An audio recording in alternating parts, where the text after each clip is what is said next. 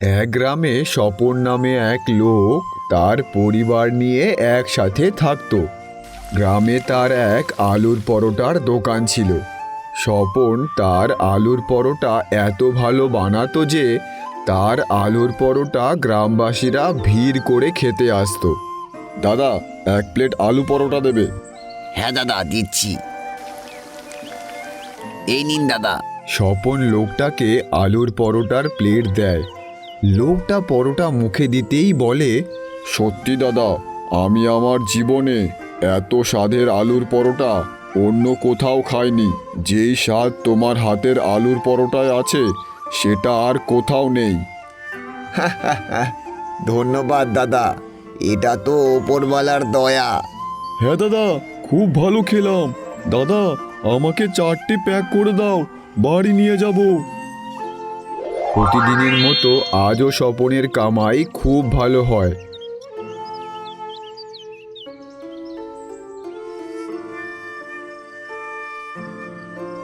সে আজকের সব টাকা বাড়ি গিয়ে তার বউকে দিয়ে দেয়। এত টাকা দেখে তার বউ অনেক খুশি হয়ে যায়। কিন্তু স্বপনের বউ দেখে স্বপন চিন্তায় আছে। সে স্বপনকে জিজ্ঞেস করে, তোমাকে এত চিন্তিত দেখাচ্ছে, কি হয়েছে? সব ঠিক আছে তো? কিছু ঠিক নেই বউ। আমি পুরো দিন এত পরিশ্রম করে আলুর পরোটা বানিয়ে বিক্রি করি, কিন্তু দিনের শেষে এই অল্প কিছু টাকাই কামাই হয়। যদি এভাবেই চলতে থাকে তাহলে আমরা কোনোদিনও বড়লোক হতে পারবো না। এই কেমন কথা বলছো? লোকেরা তোমার হাতের আলুর পরোটা খেতে দূর দূর থেকে আসে। তোমার কামাই তো ভালোই হচ্ছে, আর ওপরওয়ালার দেওয়া সব কিছুই তো আমাদের আছে। থাকার ঘর আছে, পেট ভরা খাবার আছে, পরার কাপড়ও আছে, আর আমাদের কি চাই? তুমি খুব সরল সিধা বউ। এখনকার সময়ে এই কটা টাকায় কি হয়? এখন দিন দিন জিনিসের এত দাম বাড়ছে, কিন্তু পরোটার যদি একটু দাম বাড়ানো হয় লোকেরা দোকানে আসাই বন্ধ করে দেয়। কিন্তু তারপরেও তুমি দিনে 2000 টাকা কামাই করছো। মাসে 50-60 হাজার টাকা কামাইয়ের পরও তোমার মনে আরো লোভ হচ্ছে? ছাড়ো, তুমি এসব বুঝবে না। হা হা হা হা। যখন ঘি সোজা আঙুলে বের না হয় তখন আঙুল বাঁকাতে হয়। মানে? কিছু না। আচ্ছা, খুব খিদে পেয়েছে, চলো আমরা খেয়ে নেই। কাল সকালে যে আবার দোকান খুলতে হবে।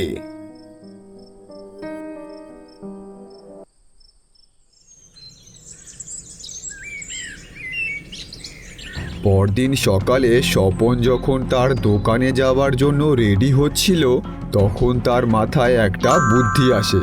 হ্যাঁ, বুদ্ধি পেয়েছি। আজ থেকে পরোটা সাইজ একটু ছোট করে দেব, তাহলে অনেক টাকা লাভ করতে পারবো। কিছুক্ষণ পর স্বপন তার দোকান খোলে।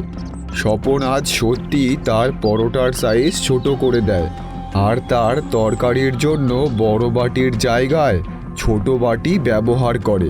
এর কারণে স্বপন আজ 2 প্লেট পরোটা বিক্রি করে 3 প্লেট পরোটার দাম ইনকাম করে। স্বপন দাদা, আমি রোজ আপনার দোকান থেকে 1 প্লেট পরোটা খাই, আর তাতে আমার পেট ভরে যায়। কিন্তু কেন জানি না আজ না আমার পেট ভরেনি। মনে হয় আজ তোমার একটু বেশি খিদে পেয়েছে। এক প্লেটে যেহেতু তোমার পেট ভরেনি, তাহলে আর 1 প্লেট আলু পরোটা খাও। ঠিক বলেছো দাদা, দাও, আর 1 প্লেট দাও। এইভাবেই স্বপন অন্য দিনের ইনকামের তুলনায় আজ 1.5 গুণ বেশি লাভ করে। তারপর থেকে স্বপন এইভাবেই কিছুদিন আলুর পরোটা বিক্রি করে, আর এই ছোট পরিবর্তনে তার গ্রাহকরাও কিছু বুঝতে পারে না।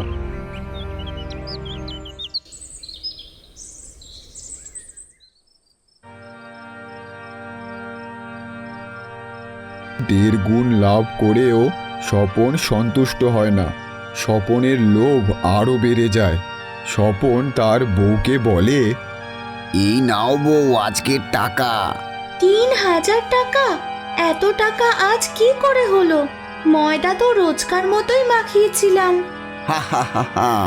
বলেছিলাম না, সোজা আঙুলে ঘি না উঠলে আঙুল বাঁকাতে হয়।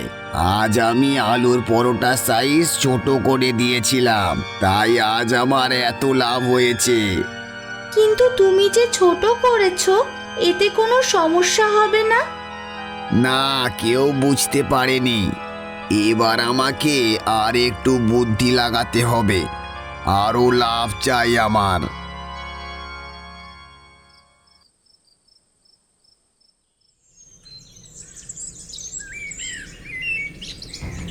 পরদিন স্বপন দোকান খোলে।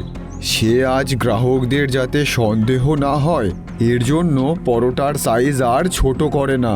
সে আলুর পরোটা পাতলা করে বেলতে শুরু করে। এর কারণে সে কম ময়দায় বেশি পরোটা বেলতে পারে। আর সে তরকারিতে সবজি কমিয়ে দেয় আর কম দামি আলু দিয়ে তরকারি বানায়। ধীরে ধীরে গ্রাহকরাও তাকে বলতে শুরু করে, এটা আপনি কেমন আলুর পরোটা বানিয়েছেন দাদা? এ তো পাঁপড় মনে হচ্ছে। আর এই তরকারিতে সবজি তো একদমই নেই, শুধু আলু ভর্তি। সত্যি দাদা, আগে আপনার আলুর পরোটায় অনেক স্বাদ ছিল। আপনার আলুর পরোটা খাওয়ার জন্য দূর দূর থেকেও লোক আসতো। আর এখন আপনার আলুর পরোটায় সেই রকম স্বাদ নেই। এর থেকে ভালো আমরা আমাদের বাড়িতেই আলুর পরোটা বানিয়ে খাই। স্বপন ঘাবড়ে বলে, না না, কি বলছেন? আগেও আমি যেমন আলুর পরোটা বানাতাম, আজও তো সেই একই রকম বানিয়েছি। এরপর থেকে স্বপনের দোকানে গ্রাহকরা কম আসে। একদিন স্বপন চিন্তিত হয়ে তার বউকে বলে, বউ, এখন আমার আলুর পরোটা খুব কম বিক্রি হচ্ছে। তোমাকে আমি বলেছিলাম, যদি ধরা পড়ো তাহলে সব শেষ হয়ে যাবে। আমি বেশি লোভ করেছি, তাই এখন আমার এই অবস্থা। বুঝলে বউ, আমি আর লোভ করব না। আমি আবার আগের মতোই আলুর পরোটা বানাবো।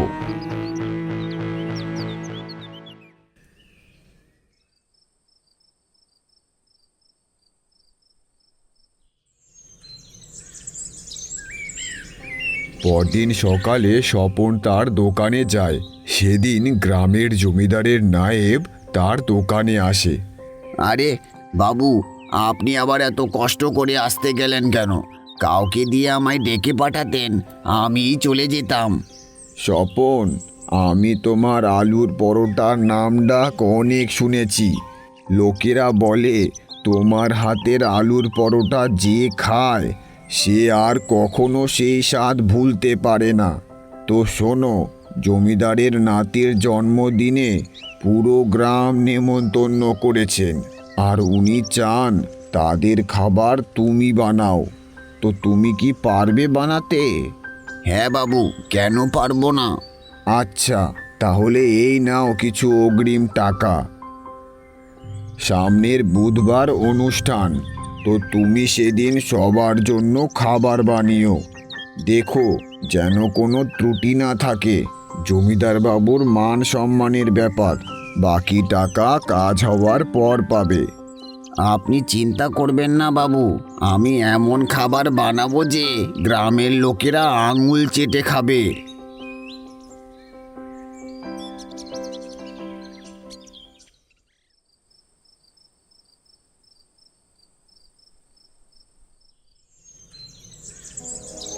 পরের বুধবার আসে। স্বপন অনুষ্ঠানের খাবার তৈরি করতে যায়। স্বপন তার সাহায্যের জন্য একজনকে তার সাথে নিয়ে আসে। তারপর সেখানে তারা খাবার বানাতে শুরু করে। দেখতে দেখতে জমিদারের অতিথিরা আর সব গ্রামবাসীরা আসে। বাহ দাদা, খাবারের গন্ধ তো বেশ ভালোই আসছে। আজ তো খেতে খুব মজা আসবে মনে হচ্ছে। সবার আগে জমিদার বাবুর বিশেষ অতিথিরা খায়। তারপর সব গ্রামবাসীরা এত সুস্বাদু খাবার দেখে লুটিয়ে পড়ে। আর দেখতে দেখতেই কিছুক্ষণের মধ্যেই ওই খাবার শেষ হয়ে যায়। আরে দাদা, আমাকেও খাবার দিন, কতক্ষণ ধরে দাঁড়িয়ে থাকবো? কি বললে? খাবারের জন্য অপেক্ষা করছো? আরে তোমরা তো সব কিছু খেয়ে শেষ করে দিয়েছো, আর বলছো খাবার দাও। আরে এখন যাও এখান থেকে, খাবার শেষ হয়ে গেছে। সব রাক্ষস, এত খেয়েও পেট ভরে না। কিন্তু বাবু, গ্রামের অর্ধেক লোকেরই তো এখনো খাওয়া বাকি আছে। যখন জমিদার বাবু খাবারের পুরো টাকা আপনারে দিয়েছে, তাহলে আপনি সবার জন্য খাবার কেন বানান নাই? তুই বেশি কথা বলিস না। আমি তো সবার জন্যই খাবার বানিয়েছিলাম, কিন্তু এই গ্রামবাসীরা সব রাক্ষস। 2-3 জনের খাবার একাই খেয়ে নিয়েছে। জমিদারের বাড়ি কম খাবার তৈরির কারণে অনুষ্ঠানে আসা অর্ধেক গ্রামবাসীরাই খেতেই পায় না। কিন্তু জমিদার বাবুর সামনে তারা কিছু বলতে পারে না, আর না খেয়েই বাড়ি ফিরে যায়। এরপর গ্রামে কিছুদিন ধরেই এই আলোচনাই হয়। একদিন এই ব্যাপারেই আলোচনা হচ্ছিল। তখনই সেখান থেকে জমিদারের নায়েব কোনো কাজে যাচ্ছিল, আর তখনই সে লোকেদের এই কথা বলতে শোনে। আরে দাদা, আমিও তো শুনেছিলাম জমিদারের মন অনেক বড়, আর লোকটাও খুব ভালো। কিন্তু এ কেমন ব্যবহার করলো আমাদের সাথে? নেমন্তন্ন করে বাড়িতে ডেকে আমাদের এইভাবে অপমান করলো। যদি এরকমই ওনার করার ছিল, তাহলে কেন ডাকতে গেল আমাদের? অর্ধেক গ্রাম ওনার বাড়ি থেকে খালি পেটে এসছে। হ্যাঁ, ঠিক বলেছ। এর থেকে নেমন্তন্নই করতো না। লোকেদের কথা শুনে নায়েব কিছু বুঝতে পারে না। নায়েব তাদের জিজ্ঞেস করে, এসব আপনারা কি বলছেন?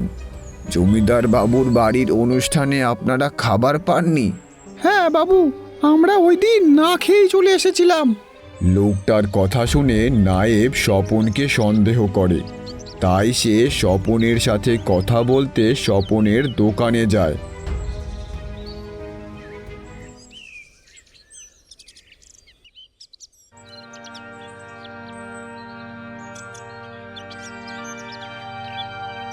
এসব কি শুনছি স্বপন? গ্রামবাসীরা জমিদার বাবুর নামে এসব কি বলছে? আপনি কি বলছেন বাবু? আমি কিছু বুঝতে পারছি না।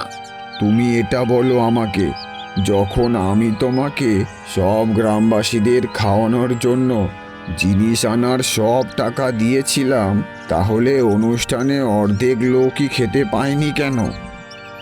নায়েবের কথা শুনে স্বপন একটু ঘাবড়ে যায়, কিন্তু স্বপন বাহানা বানিয়ে বলে, বাবু, আপনি জানেন না ওই গ্রামবাসীরা কত খেতে পারে।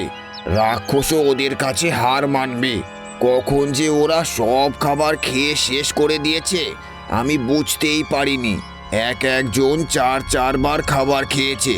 তো আপনিই বলুন, এতে আমার কি দোষ? স্বপনের কথা শুনে নায়েবের স্বপনের কথা বিশ্বাস হয়ে যায়। তাই নায়েব তাকে কিছু না বলেই সেখান থেকে চলে যায়। ঠিক তখনই স্বপনের সাথে অনুষ্ঠান বাড়ি কাজ করা লোকটা স্বপনের থেকে অনুষ্ঠানের দিনের কাজ করার টাকা চাইতে আসে। বাবু, ওই দিন আমি জমিদার বাবুর বাড়ির অনুষ্ঠানে যেই কাজ করেছিলাম, আমারে ওই দিনের কাজের টাকাটা দিন। আমি মায়ের জন্য কিছু ওষুধ কিনে নিয়ে যাব। আপনি যদি টাকাটা দেন, আমার তাহলে খুব উপকার হয়। কি বললি? অনুষ্ঠানে কাজ করার টাকা? আমার কথা ঠিক করে শুনে নে। তোর মাইনের বদলে তুই আর 1 টাকাও পাবি না। এইদিকে সারাদিন এখানে একটা কাজও করিস না, আর অনুষ্ঠানের টাকা চাইছিস? বাবু, আমি সারা রাত থাইকে আপনার সাথে সব কাজ করেছিলাম। আপনারে তো আমার টাকা দিতেই হবে। তোকে একবার বললাম তো, বুঝিস না নাকি? 1 পয়সা দেবো না তোকে। বেরিয়ে যা এখান থেকে। স্বপনের এমন ব্যবহারে বটুর অনেক খারাপ লাগে। তাই সে রেগে নায়েবের কাছে গিয়ে স্বপনের ব্যাপারে সব কথা বলে দেয়। আচ্ছা, তাহলে এই ব্যাপার। মনে হচ্ছে স্বপনের টাকার লোভ খুব বেড়েছে। তুমি চিন্তা করো না, তুমি তোমার প্রাপ্য টাকা নিশ্চয়ই পাবে, আর স্বপনকে ওর এই কাজের শাস্তি। নায়েব বটুকে নিয়ে স্বপনের দোকানে যায়। স্বপন নায়েব আর বটুকে একসাথে দেখে ভয় পেয়ে যায়। স্বপন কিছু বলার আগেই নায়েব বলল, কি স্বপন, মনে হচ্ছে টাকার একটু বেশিই লোভ হয়ে গেছে তোমার। মানে এটা কি বলছেন বাবু? লোভ? কিসের লোভ? আর নাটক করে লাভ নেই, বটু আমায় সব বলেছে। কি করে তুমি অনুষ্ঠানের টাকা থেকে অর্ধেক টাকা নিজের কাছে রেখে দিয়েছো আর ওর কাজের টাকাও ওকে দাওনি? তোমার মতো লোভী আর বেঈমান লোককে পুলিশই ঠিক করতে পারে। আমি এক্ষুনি পুলিশকে জানাচ্ছি, তারাই তোমার ব্যবস্থা নেবে। হ্যাঁ, ক্ষমা করে দিন বাবু, পুলিশকে ডাকবেন না। আমি এক্ষুনি ওর কাজের টাকা আর আপনাকে আপনার টাকা ফিরিয়ে দিচ্ছি, কিন্তু এমন করবেন না বাবু। টাকা তো তোমায় দিতেই হবে, কিন্তু এই কাজের শাস্তি তুমি পাবেই। নায়েবের কথায় ভয় পেয়ে স্বপন বটুকে বটুর প্রাপ্য টাকা আর নায়েবকে বাকি সব টাকা দিয়ে দেয়। তখন নায়েব স্বপনকে বলে, তুমি জানো তোমার জন্য পুরো গ্রামে জমিদার বাবুর কত বদনামি হয়েছে? যদি চাও যে আমি পুলিশকে না জানাই, তাহলে এক্ষুনি আমার সাথে পঞ্চায়েতে চলো আর সব গ্রামবাসীর সামনে নিজে তোমার এই কাজের কথা বলো, না হলে আমার থেকে খারাপ কেউ হবে না।